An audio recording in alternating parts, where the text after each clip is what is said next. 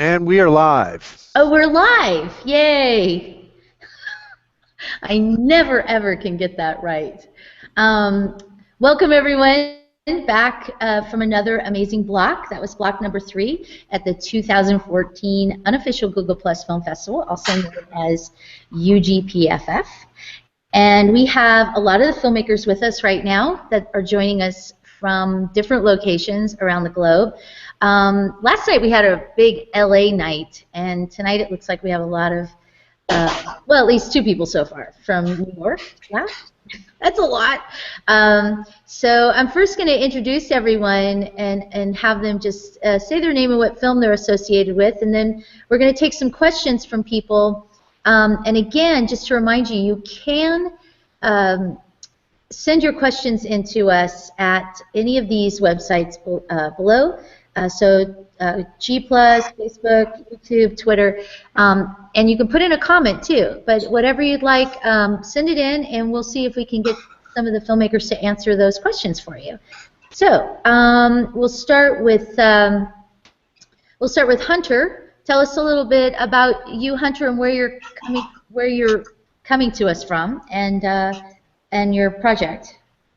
Okay, I'm coming to you guys from LA and Santa Monica, and I'm the director and co-writer of Girls Are Assholes. Great. And Krista, same for you? I am the writer and director of The West Begins at Fifth Avenue.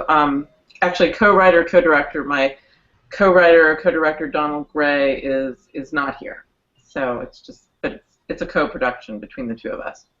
And I'm in Brooklyn. And you're in Brooklyn. Okay, great. And Natalie, introduce you and the handsome fellow with you. This is I'm Natalie Knepp. I play Allie in the show Banana Split, and I wrote it and created it. And this is my executive producer, Josh Friedman. Hi. Nice to meet you guys. And then, of course, that's Adam Cohen in the strange little sound booth there. It's a voiceover sound booth he's actually in today.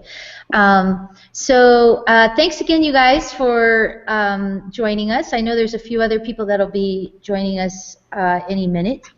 And Adam, if I haven't seen anything sent in for some reason, okay, there it is. I got it. Okay. So first, I think one of the first questions that I want to ask each one of you is, I mean, first of all, these are all, I thought all the shows were great. These web series were great. So out of the 3 people that are here, there's 2 web series, and Krista has done a short. Or Krista, is yours more than just 1 movie, or is that what it is? It's a short film? It's a short film, a mini epic. Yeah, it is a mini epic. It looks beautiful. It's amazing, by the way. Well, let me ask you, how did you guys decide to do that story?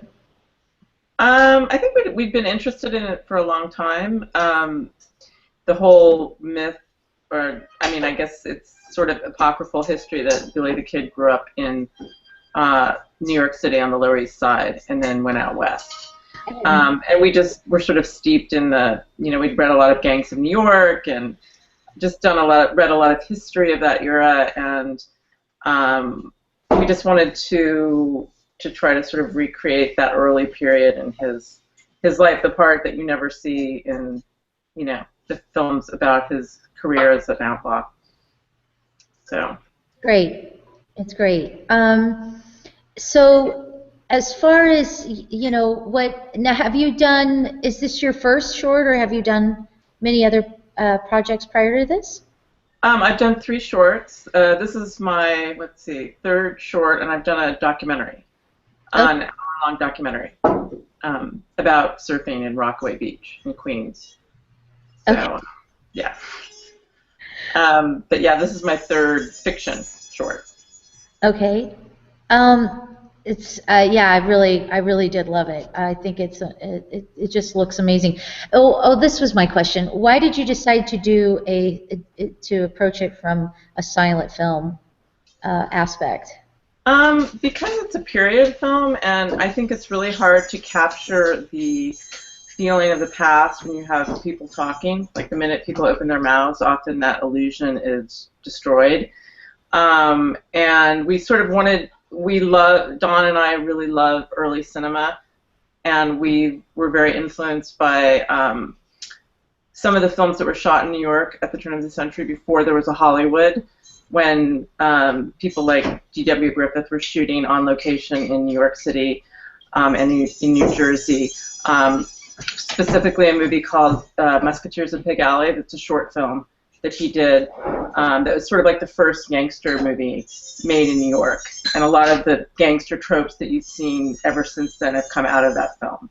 And also a feature film called Regeneration by Raoul Walsh, which was shot in 1915. And both of these films take place on the Lower East Side and were shot in the Lower East Side. And they're just really beautiful, and we just felt like that vocabulary of the past, of early cinema, even though it's archaic, there's something almost, there's something very evocative and beautiful about it, and we wanted to use it. So that's why we chose to shoot it. It's also easier to shoot non-sync sound, you know, especially when you're shooting on the streets and you don't have a big budget. So it's sort of a combination. It does make it a little easier, for sure. That's great. Hunter, let me ask you about your web series. Is this your first web series? I was gonna lie and say yes, but no. I mean, it's my second web series, I guess, and my first web series was called Me and Zoe D, and it was about a young girl who moves to LA with the dream of becoming best friends with Zoe Deschanel. And then this was my sophomore effort. So have you, well, this is actually for both Natalie and Josh and Hunter. Sure. You guys, you know, that create web series. It's one of the things that I think, and somebody else had asked this, that's why I had written it down, that, you know, what inspired you to do web series opposed to a short film or, you know, a feature film, for instance, or something, other than money. But, I mean, some of these budgets look like you guys could easily be making, you know, a longer content, but I don't know why someone would choose.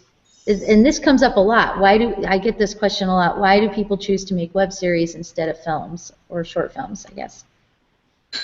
From my perspective, I mean, I remember I did a web series before web series were even around. Friends of mine like had a camera. This was years and years and years ago, called Old Friends, which was a huge hit.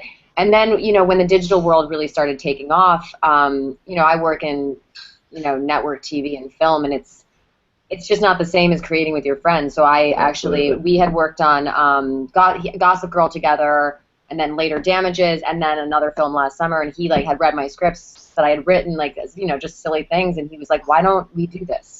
Why don't we make this? It's He's simple, like, it's what's fantastic. And also, I think that there needs to be a story. Like, if you just shoot a short in order to shoot a feature, it's one thing. But you know, especially when you have a concept that you really want to, you know, go down the road of like many different seasons. That's a funny photo. You want to see where these characters go, and not just in like, you know, a 10-minute film or even in a feature. Like, that's one of the reasons why I love doing TV, is that, you know, you get the range, and you get to watch like the writers grow for the characters, and the characters grow for the writers. There's a lot more opportunity. Yeah. Right. Yeah, it seems like you can carry an arc for a lot longer too. You know, obviously. Right. Yeah, we've been asked before if we shot this just as a short, and I just don't even know where that would even come from, just because it seems like something that kind of continues on. And we're actually restructuring it. I think that's one of the fun things, is that you can shoot a pilot episode, and like we've actually retitled it. And it doesn't have to air as the pilot. We've got a bunch of other things we can throw in there. Yeah, we're still playing with our characters, and I think that's the fun of it, is that it doesn't have to be one thing. That it can always change and develop as you go. Yeah, exactly. Mm-hmm. Which seems like the funnest part to me. Yeah, and it's just really fun working with your friends, you know, and like creating things specifically for you. I wanted to create a series about women in their 30s and how different it is when you get to your 30s, and yeah.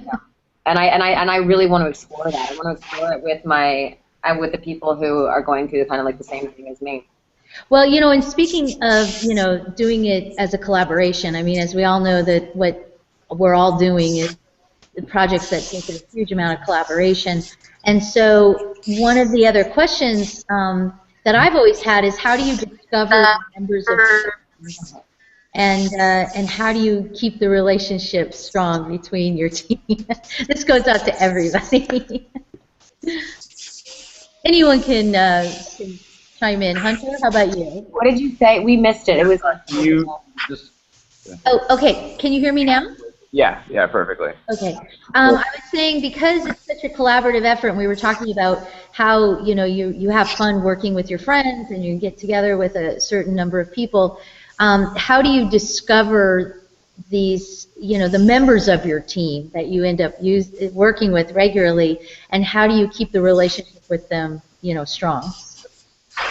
Well, sure. I mean, I can. I direct the series, and then I co-write with my friend Yael, who I went to school with, who actually sort of came to me with the idea, and is a girl, and so I often prefer to have her here. So when your series is called Girls Are Assholes, it's very useful to be like, oh no, but my female friend came. So I don't know, but it's tough. I mean, honestly, the answer is, like, I think it's tough sometimes to, like, nurture the relationships, and I guess. Yeah, like I found, I mean, the scary thing is, like, I sort of, like, this realization that I've kind of had more as a director, which is, like, the directing is often, and the sort of the vision is often the easy part, and the hard thing, the real challenge, the real skill is actually making everybody feel and allowing them to be, the integral part of the team that they need to be, and that will let them do their best work. Is often the hardest thing, especially when you're not working with the biggest budgets, for sure. Yeah. I see. Is it Dane that's here? It says Wilford. Yeah. Hi. Hello. I'm getting a little delay. I'm sorry. Is this Dane? Yes. Hello. Hi, Dane. Where are you calling us from? I'm in Canberra. We see that. You are in Canberra, for sure. Can you come over? Yeah. Can you get over here right away? Dane, where are you? We have to know. Yeah, I'm curious.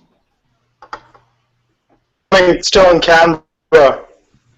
I think Dane is in a camera that's located in Australia. Ah. We'll go to Australia. We're ready to go right now. Yeah. We're ready to go right now. We are. I think it's in the middle of the day there, and it's time travel. It's tomorrow. So that film is oh my gosh, what is Dane's film, Adam? I can't see it here. Dane's World. Dane's World. Oh, cool. Yeah. Dane's World. Good. Yeah. Great show. Freaky, great.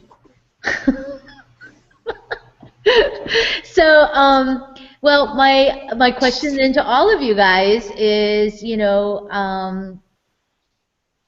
like, when did you decide that you loved filmmaking and you wanted to do these projects? I mean, is this something that you've all been working on since you were very young, or is this something that's just happened recently in your lives? Anyone? Step right up. What's that, Krissa? I've been doing it for a while, since I was young. Okay. Did you go to film school? Yes. Great. And so you've been doing mostly directing, though, right? Or writing, too? Writing. Yeah, I went to film school. I teach screenwriting. Right now I'm teaching at Montclair State University. I've also taught at NYU undergrad. So, yes, that's sort of my approach. I mean, that's how that side of it I've done a lot of. How do you guys how does where you live influence the projects and the kind of content that you're making? Like Natalie, and does that influence you guys that you live in New York or? Well, yeah, I mean, I really wanted to. I grew up in the Midwest, but I really love New York, and I think one of the things that I really wanted to kind of touch on is that in New York, I think that there's always this stigma against New Yorkers being assholes, and I think one of the things I really wanted to show is that New York is it's really about the people who come from other places that have these make people think that New Yorkers are they're rude, but the people who actually come from New York and actually grew up here are just going about their day. Fantastic people. Fantastic it's normal people. for us. I really wonderful people, and I love this city more than anything in the world. Like I choose New York over any place. So I was excited to actually make a New York City story and actually like use neighborhoods that I've been to, and like especially my street, like using Cornelia Street is like really important. This is us. We've been here for over a decade, both of us. Yeah. So we want to do something that we believe in. Yeah. And also, I think like one of our things too is that it's there's a lot of New York shows. You know, you have girls, you have like different shows, but we wanted to. Girls did Brooklyn. Girls did Brooklyn, and Sex and the City did like Upper East Side. We really wanted to do We need the Village. We wanted the Village. We really wanted to. I've been in the West Village for so long, and I love my neighborhood, and I love like the people around. Like even the guys at the smoke shop downstairs were like, if you create something, you can use our shop anytime you want. So of course, Allie's character has been written as like working at a smoke shop. She works at a smoke shop. So yeah, no, it's just like friends in the neighborhood, and when you've lived somewhere for so long, you have people, your deli guys, people who will do things for you, and you don't really have to come up with a ton of money for locations and stuff. That makes sense. Yeah, totally. Yeah, I think it does influence most of the web series, creators that I know, like where they live. Wilford, do you guys have a lot of episodes of Dane's World? Dane's World, I love. Yeah, they're on up to 6 episodes. You're up to 6 episodes. Are they all available online? Because I've only seen 2, I think. Yeah? Yeah, you should watch up to episode 6. That was the last one. It's me, Mandela. It's really good. Everyone said number 6 is Awesome. one of the best, even though not very good. Are you making more? Are you going to have a second season? No, because Mike said he ran out of money, so he said if somebody gave us a whole lot of money, then we could like go to South Africa or try to like cure AIDS or something like that, or go back to South Africa and try to like help everyone that's if like somebody has like crime there, we could help them or something like that. That would be great. That would be awesome.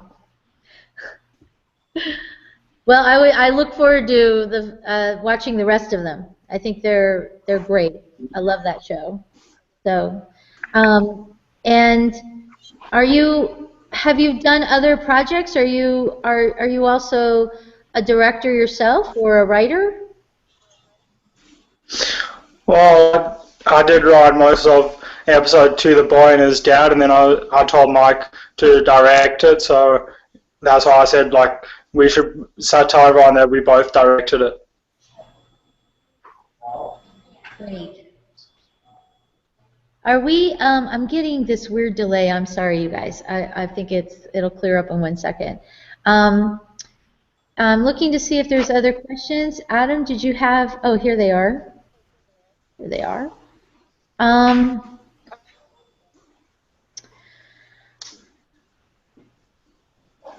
Okay, here we go. Well, this one's kind of this one was for Hunter. Is why do you think girls are assholes? Great question.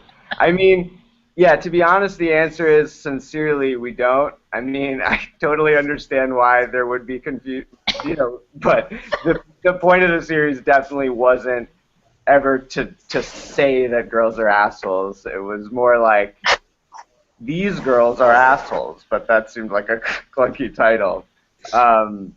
So yeah, we don't think that. We think, I mean, it's sort of like anyone can be an asshole, and this is just a series kind of poking fun at the specific ways that girls can be assholes, and honestly, really the intent from the beginning was more like the way that something that Yale and I had talked about and we didn't really see represented on screen as much was like just we didn't want it to be this kind of terrible like misogynist agenda thing, but more like an interesting discussion of the ways that girls are kind of assholes to each other sometimes. But yeah, I mean, I think when I first heard the title, I laughed out loud. I almost spit food. Sorry, what? Saw the title the first time, I almost spit food out of my mouth.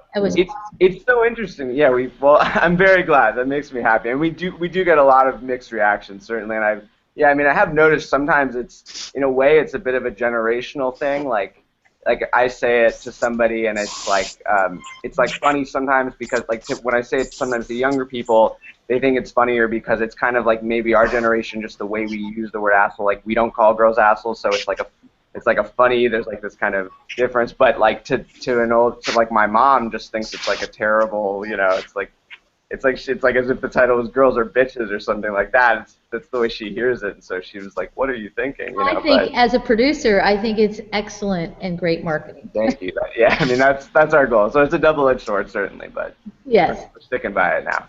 I think it's funny. So are you working on a second season? Or? I am right now just finishing up the 6th episode, which is the finale of the first season. And then I've sort of remastered and recut sort of the old episodes, and we're like putting them together like in a big, nice, Girls Are Assholes package website to kind of put up.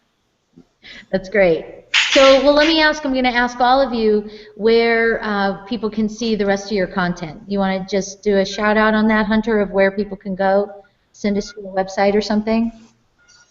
Sure. The ones it's on YouTube and it's on Vimeo. So it's on YouTube if you search Girls Are Assholes, and it's on Vimeo if you. Girls Are Assholes. Yeah. I have a feeling some other things may come up. Yeah, no, right. We're trying to move our way up the list, but up the search results list. But I don't know. I just want that in my cache if I was doing a search in my computer. Girls Are Assholes. Okay, so. Carissa, is there a place where we can see other content of yours, or even if people want to rewatch this? I know they can see it on the festival screen, but do you have other information about it somewhere on a website? We do have a website with a trailer, but it's actually still playing some festivals, so we don't have any. It's not online. Contact you then? Wait, excuse me? Is there a way for people to contact you or follow you? Oh yeah, our website is thewestbeginsat5thavenue.com, and we have a Facebook page too. So you can go and like your Facebook page, right? Yeah. Okay. Super. And Natalie and Josh, you want to send people your way? How? And where? Right now we have a trailer up on YouTube. We haven't actually released the pilot out yet. We haven't released it. You guys are like really, other than like close friends and like investors, people. I'm the first people to actually see this. Yeah, you guys are like the first people. Great. We have about 10 episodes written that are 7 and 8 minutes, and then we have another writing partner coming on, who is a dear friend of mine who did The Stay-at-Home Dad. I don't know if you ever saw that on. It was bought by Comedy Central. I did. Yeah, so he's going to come on with me, Brandon Williams, and we're going to actually kind of maybe go back and do the scripts, and we're going to do more 2 to 3 minute episode sketches, and then put together a sizzle in order to pitch with from there. Exactly. Great. Is there a company that people can like or go to be on a mailing list? I mean, any kind of way to promote yourself at all? I mean, I have a website because I'm an actor. Oh, we lost you. You're muted. I don't know what happened. Is that better? Are we back? Nope, we lost them. Gosh darn it. Okay, well, let's move to Wilford. We can't hear Natalie and Josh right now. Somehow your audio went out. And Wilford, how do people find the rest of your show or follow you? Just if you Google for Dane Rathbone or Google for Dane's World, that's the two places where you can find it. Also, DaneRathbone.com. Click on that and then click on videos. One of the top videos is one of the top Dane's World, and then also I think Mark did a Dane's World, like danes-world.com.au or something like that. Great. All right. Well, Natalie, did you guys get back? Are we back? Oh yeah, we're back. Okay. So did you have a way for people to find you guys, or do you not want to be stalked at all? Oh well, I work solely as an actress. In television and film, I have films coming out this year. I mean, my personal website, I guess, is like the best way. NatalieNepp.com is my website, but which everything is always posted on. But as of right now, until we release the show, it'll eventually be Living Alley. The show will be called. It's going to be called something different. We're like restructuring the whole thing. So okay. You guys are like the first people who we've showed it to, and we're really excited to share it with you guys. Okay. Well, I hope that you have more of them. I can't wait to see more. So. Neither can we. Neither can we. I know how to follow you, so I can make sure I can see when you do release them. Yeah, we're gonna have a Facebook page. I think our problem was once we had some feedback from people about the title, especially because I think it made it a little young and kind of fun, as opposed to, because my whole concept with it was that it's like Louis C.K. meets Laverne and Shirley, so it has that darker kind of tone to the comedy. And I feel like Banana Split, we've gotten a lot of feedback on the title, so we really wanted to change it to something that was dealt more with the tone of the show. So now we're working assholes in there. It'll totally. I was actually going to say to you, we have some other. Everyone's perception of the tone will shift radically. Totally. We were thinking for you, it should be because girls are assholes, but women. So we have some friends in the room who said, "You're assholes. Women are bitches." Oh gosh, terrible. Or I don't think that's good. Natalie and Josh, you could call your shows Bananas and Assholes. Bananas and Assholes. It's a whole nother audience. That's a whole nother thing. We are engaged. I mean, we did go there. I mean, I do live above all the sex shops and tattoo parlors on true. West 4th Street, so. I don't know. I just thought if you wanted to go dark. All right. Well, I really appreciate all you guys being here. And we got to wrap it up. Thank you so much for participating in this year's event. And I wish you all so much luck, and I look forward to seeing everyone else's content as you keep producing more and more stuff. Please do, because it's amazing work, and I want to see more of it. So good luck. Thank you again. Thank you. This was great. And Thank you for doing this one. Oh, thanks everybody for coming in. If you guys want to hang out just briefly, after we close out, you don't have to leave right away. But we're gonna wrap everything out and just say thanks again for coming. And in an hour, we're gonna release. My brother's going camping, and you have to get the trailer all ready for that. awesome. So anyway, in an hour we'll have some more films for everybody to see, and then you can join us in an hour and a half after that for a live Q&A session and join our live event in Hollywood, Florida. So thanks again, and we'll see you at the next event. Okay, cool. Great. Thank you. Bye. Bye.